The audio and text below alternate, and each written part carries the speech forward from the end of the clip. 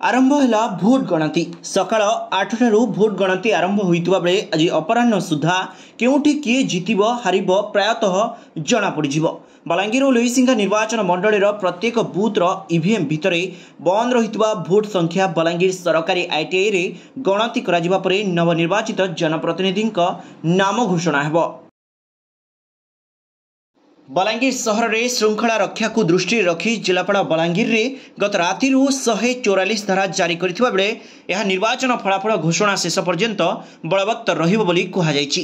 एने जिलापाल कार्यालय नोटिस मध्य जारी कराଯାଇଛି। नोटिस रे कुहाଯାଇଛି जे चलित लोकसभा और विधानसभा निर्वाचन फलाफल प्रकाश पाउथबारु विभिन्न स्थान में असंतोष गंडगोल धनजीवन प्रति विपद सहित श्रृंखला भंग हेबार आशंका रही।